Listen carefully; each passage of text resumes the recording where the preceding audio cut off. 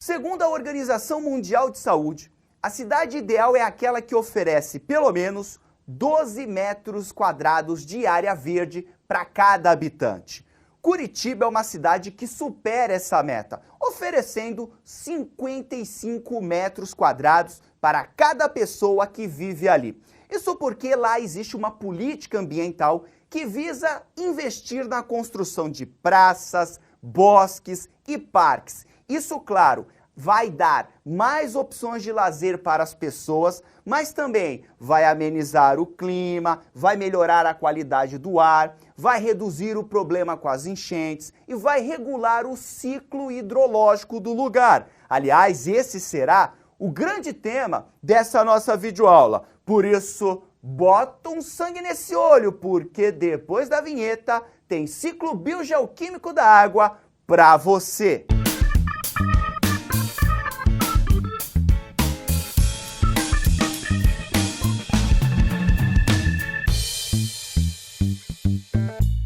Quando um organismo morre, ou perde uma parte do seu corpo, ou defeca, urina, o que vai acontecer é que existem os seres decompositores, bactérias e fungos, que irão atuar nesses compostos, fazendo basicamente o quê?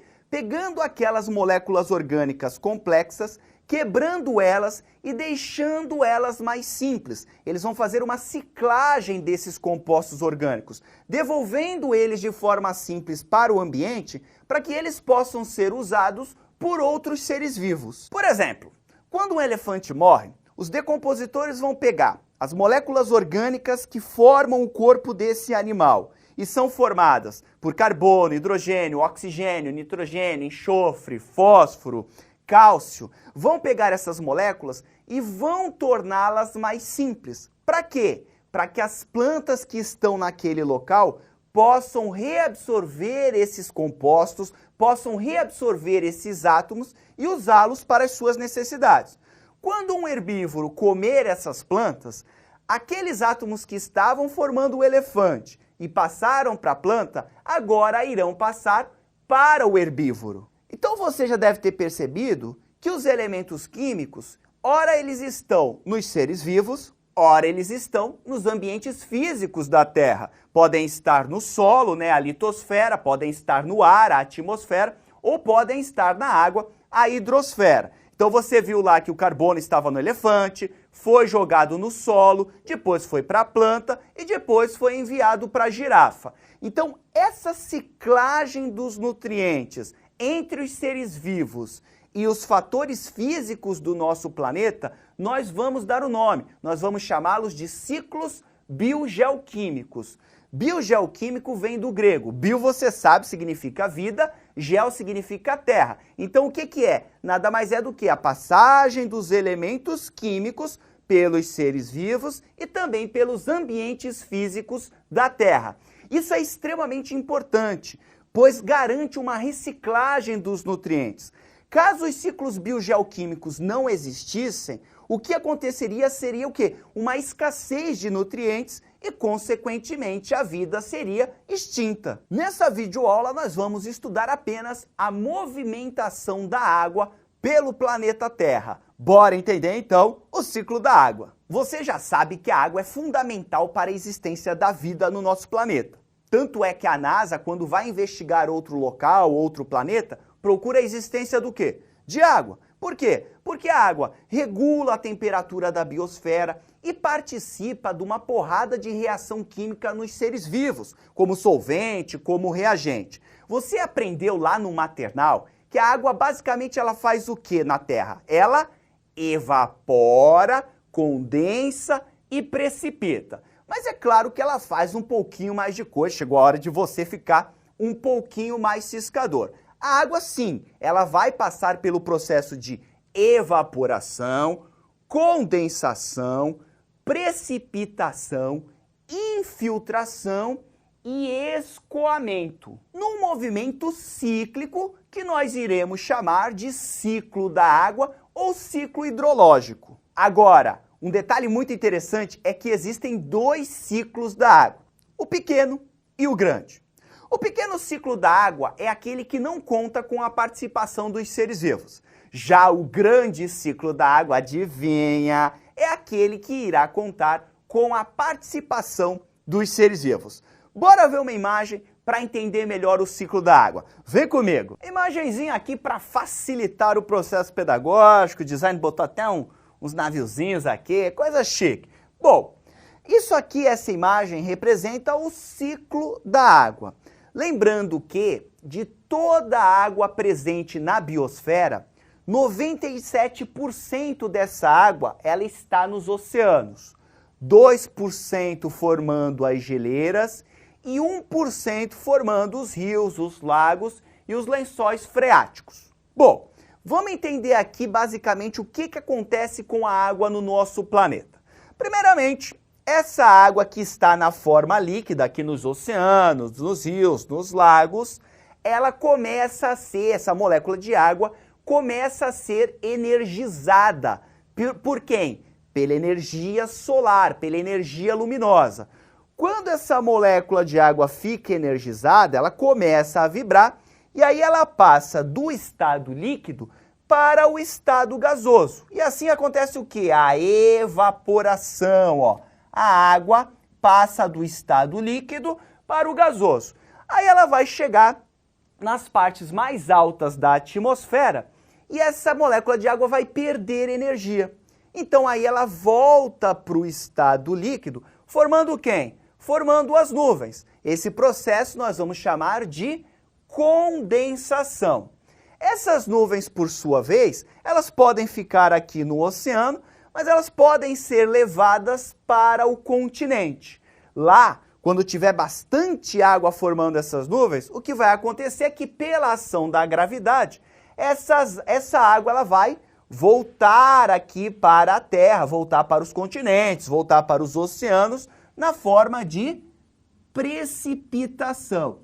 Essa precipitação pode ser na forma de chuva, pode ser na forma de neve, pode ser na forma de granizo, não é granito, tá? Não é granito, é granizo. Granito é um pedregulho desse tamanho, imagina chover granito, acaba com todo mundo, extingue a vida no planeta Terra. E aí o que vai acontecer é que essa água que cai aqui, ela vai alimentar os rios, ela vai alimentar os rios subterrâneos, ela vai alimentar os lençóis freáticos, e aí o que vai acontecer é que ela vai voltar aqui para o oceano, né? Ela vai ter o escoamento. Então perceba que ela está aqui, ó, evaporando, depois condensando, depois precipitando, depois infiltrando e também ela está escoando. Então você está vendo que é um ciclo onde a água só está passando pelos ambientes físicos do planeta Terra. Esse ciclo que você está vendo aqui é o que a gente chama de pequeno ciclo da água. Gostaria de chamar a atenção que a taxa de evaporação no oceano é maior do que a taxa de precipitação. Por quê? Porque boa parte daquela água que evapora do oceano vai ser levada para os continentes. Já nos continentes é o contrário. A taxa de precipitação é maior do que a taxa de evaporação. Guarde esse dado que ele é muito importante. Agora vamos entender o grande ciclo da água, que é quando você tem o quê? A participação dos seres vivos. Vamos focar aqui nessa florestinha que eu coloquei nessa imagem para você. No caso das plantas, elas irão absorver a água que está infiltrada no solo através das suas raízes. Essa água que a planta absorve, ela vai utilizar principalmente na fotossíntese, porque ela precisa do hidrogênio da água para construir açúcar, para construir carboidrato. E o oxigênio da água, ela libera para a atmosfera. Quando a planta constrói esse açúcar, ela precisa depois quebrar esse açúcar para transferir a energia do açúcar para uma molécula energética chamada de ATP, num processo conhecido como respiração celular. Na respiração celular, para formar ATP, a planta vai produzir CO2 e ela vai jogar esse CO2 na atmosfera também. A planta absorve CO2, mas ela também libera CO2 na respiração celular. E ela vai liberar outra coisa. Ela vai liberar água. A respiração celular também produz água. E como é que ela joga essa água para a atmosfera? Através da transpiração, que ela vai fazer principalmente pelos estômatos que estão nas suas folhas. Então perceba que as plantas, ela tem um papel muito importante em fornecer o quê? Água para a atmosfera. Pensa com o Jube agora. Se você destruir uma floresta, a taxa de transpiração vai o quê? Vai reduzir. Consequentemente, vai ter menos água na atmosfera, consequentemente, vai reduzir o quê? A precipitação. A quantidade de chuva vai diminuir. Os animais também contribuem com o fornecimento de água para a atmosfera. Primeiro, como é que um animal consegue água? Ou ele bebe a água, vai beber água do rio, vai beber água de um lago, ou ele come algum alimento rico em água. Por exemplo, um fruto, né? Fruto é rico em água. E aí o que vai acontecer? Quando esse animal transpira, ele também está fornecendo água para a atmosfera através do processo de transpiração. E parte dessa água vai ficar presa no animal, assim como também fica presa na planta uma parte da água. Essa água só é devolvida para o ambiente quando esses organismos morrem. Os decompositores vão pegar essa água e vão devolvê-la para o ambiente. Então, como agora no ciclo da água tem a participação dos seres vivos, você vai ter o grande ciclo da água. Veja também a importância não só das florestas para a formação das chuvas, mas também a importância das árvores nas cidades. Porque as árvores estão fazendo o quê? Transpiração. Estão jogando água na forma gasosa ali na atmosfera, ali naquela região. E aí sim vai ajudar a resfriar ali a temperatura daquele local, vai auxiliar os ciclos da chuva. Essas plantas estão num solo que absorve a água da chuva e aí, claro, vai acabar reduzindo as enchentes. Por isso que é importante você plantar árvores nas cidades. Agora, olha que dado interessante. Sabe quanto tempo, em média, uma molécula de água fica no oceano? Cerca de 2.640 anos. Essa molécula vai ficar no rio por cerca de 4 anos. Ela fica aqui 4 anos, fica rodando, daqui a pouco ela volta para o oceano, aí fica uns 2.640 anos por aqui, aí ela vai evaporar, vai condensar, vai precipitar, vai ficar dentro dos seres vivos. No ser vivo, em média, a água fica cerca de 6 dias, depois é eliminada e é devolvida para o ambiente. Claro que isso é uma média, tem molécula de água que está aí no teu corpo e vai ficar aí até o dia da sua morte, que eu espero, claro, que demore bastante tempo para acontecer. Então você já deve ter percebido nessa altura da videoaula que a água ela é cíclica, então ela sempre vai estar em algum local do planeta. Isso significa que a água não está acabando, né? Às vezes eu escuto as pessoas falando, ai, tá acabando a água do planeta. Não, a água do planeta não vai acabar. Ela está sempre sendo reciclada e uma hora ela vai estar num lugar, uma hora vai estar em outro lugar, mas ela sempre estará aqui.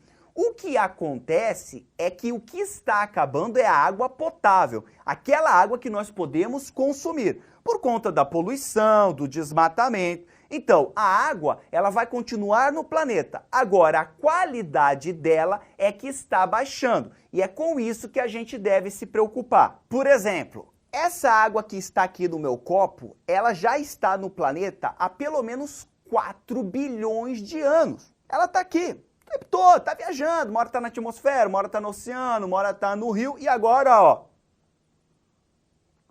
está dentro do meu corpo. Essa água já pode ter sido urina de dinossauro. E aí foi para a Terra, evaporou, passou por uma porrada de lugar. E agora, ó, o Jubilu está bebendo urina de dinossauro. Agora, vale salientar que eu paguei para tomar essa água que já foi urina de dinossauro. É impressionante, é uma vergonha a gente ter que pagar para tomar uma água de qualidade, nem sempre com tanta qualidade assim, no país que tem a maior quantidade de água doce no mundo. Só para você ter uma ideia, na minha região aqui aconteceu uma treta que foi a seguinte: as pessoas estavam tomando uma água que era envasada, tinha que pagar para tomar ela, que estava com gosto de gordura.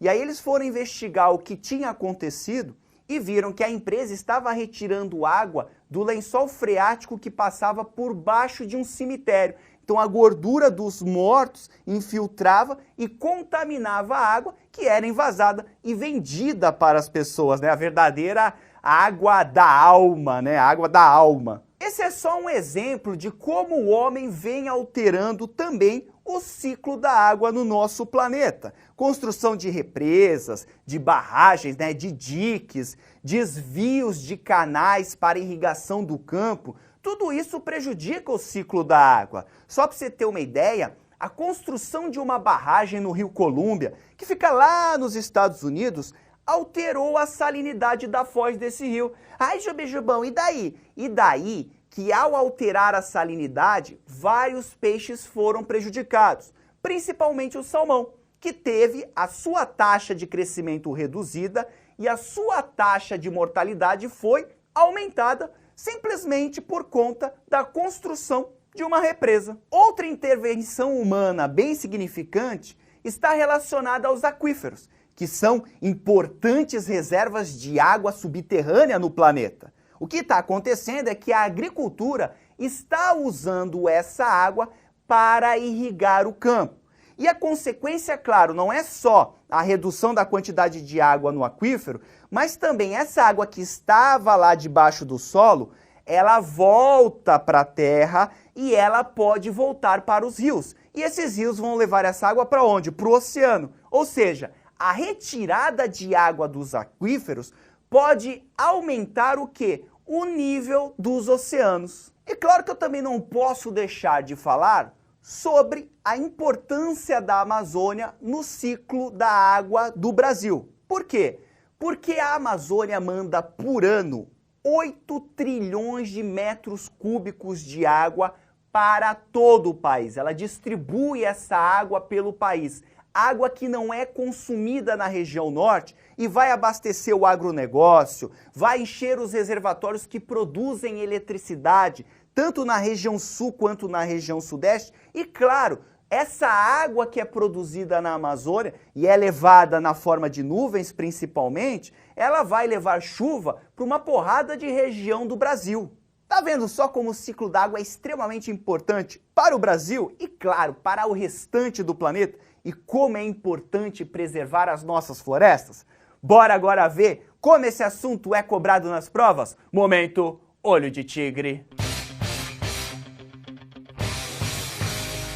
Bora ver aqui o exercíciozinho, Joe. Olha só a questão. Na natureza, átomos como os de nitrogênio, hidrogênio, carbono e oxigênio não são criados ou destruídos, nem transformados uns nos outros. A matéria que constitui os componentes dos ecossistemas é constantemente reciclada. Esses componentes da natureza têm movimento cíclico no ecossistema. É o caso da água. Sobre o ciclo da água na natureza, assinale o que for correto. Bora ver a 01. A maior parte da água do planeta fica nos oceanos. Sim, 97%. O calor do Sol faz com que a água de mares, rios e lagoas evapore constantemente. Perfeito. O vapor de água que fica na atmosfera se condensa, fica no estado líquido formando as nuvens e volta à superfície sob a forma de chuva, neve ou granizo, recompondo o volume hídrico de rios, lagoas e oceanos. Perfection Divine, esse aqui é o ciclo da água perfeito, 01, certinha. 02, nos oceanos há muito mais evaporação do que chuvas. Perfeito. Isso ocorre porque grande parte da água evaporada dos oceanos é carregada pelo vento em forma de nuvens até os continentes, nos quais ocorre exatamente o fenômeno inverso, mais chuva do que evaporação. Perfeito também a 02 certinha, vamos assinalar a 02, falei isso também na aula. 04, a respiração celular de todos os seres vivos produz como subproduto água? Sim, eu falei, produz água, mas sua quantidade é tão insignificante que não é incluída no ciclo da água. Mentira! A respiração produz água que é eliminada na forma de transpiração. E eu te falei que a transpiração dos seres vivos é extremamente importante para o ciclo da água. Logo, essa 4 está errada. Vamos para 8. A água evaporada do continente provém muito mais da evaporação de massas aquáticas, ou seja, dos rios e dos lagos, do que da transpiração da cobertura vegetal do planeta. Mentira! O maior contribuidor para o ciclo da água no continente é a vegetação, tá? São as árvores, as plantas, que fazem transpiração e mandam muita água para a atmosfera. O resto da água que vem vai vir de onde? Do oceano. Então a vegetação, ela é muito mais importante no ciclo da água do que os rios e os lagos, tá? Aliás, tome cuidado com isso. Geralmente as questões sobre ciclo da água vão bater no processo de evaporação das plantas. Então guarde isso. A maior parte da água no continente que vai para a atmosfera, ela provém da transpiração vegetal. Nem o oceano tem essa capacidade de mandar tanta água para o continente quanto a transpiração dos vegetais. Então é o fenômeno mais importante no continente para o quê? Para a regulagem do ciclo hidrológico e, claro, para a produção de chuva. 08 então? 08, você está errada. 16. Os animais, inclusive o ser humano, somos animais, óbvio, ingerem água diretamente ou obtendo o seu alimento. Perfeito. Parte dessa água é devolvida ao ciclo pela transpiração, pela urina e pelas fezes, fazendo parte, portanto, do ciclo da água. Perfeito também. Quando você faz xixi, você está sim contribuindo para o ciclo da água. Olha só como isso é importante no planeta Terra. Então aqui, ó, 16 mais 2, 18, mais 1, 19. 19 é o resultado dessa questãozinha somatória. Moleza, hein? Então nessa aula você aprendeu o ciclo biogeoquímico da água, ou seja, você viu a movimentação da água no nosso planeta, tanto pelo ambiente físico quanto pelos seres vivos. Lembrando que quando a água transita só os ambientes físicos da Terra, nós chamamos isso de pequeno ciclo da água. E quando essa água também passa pelos seres vivos, nós vamos chamar isso de grande ciclo da água. No mais, lembre-se sempre, há 2 tipos de pessoas que irão te dizer que você não é capaz de fazer diferença nesse planeta. Aquelas que têm medo de tentar e aquelas que têm medo que você se dê bem. Não se deixe influenciar por essas pessoas. Maravilha? Desnecessário dizer que foi um grande prazer estar aqui com você. Um grande abraço. Tchau!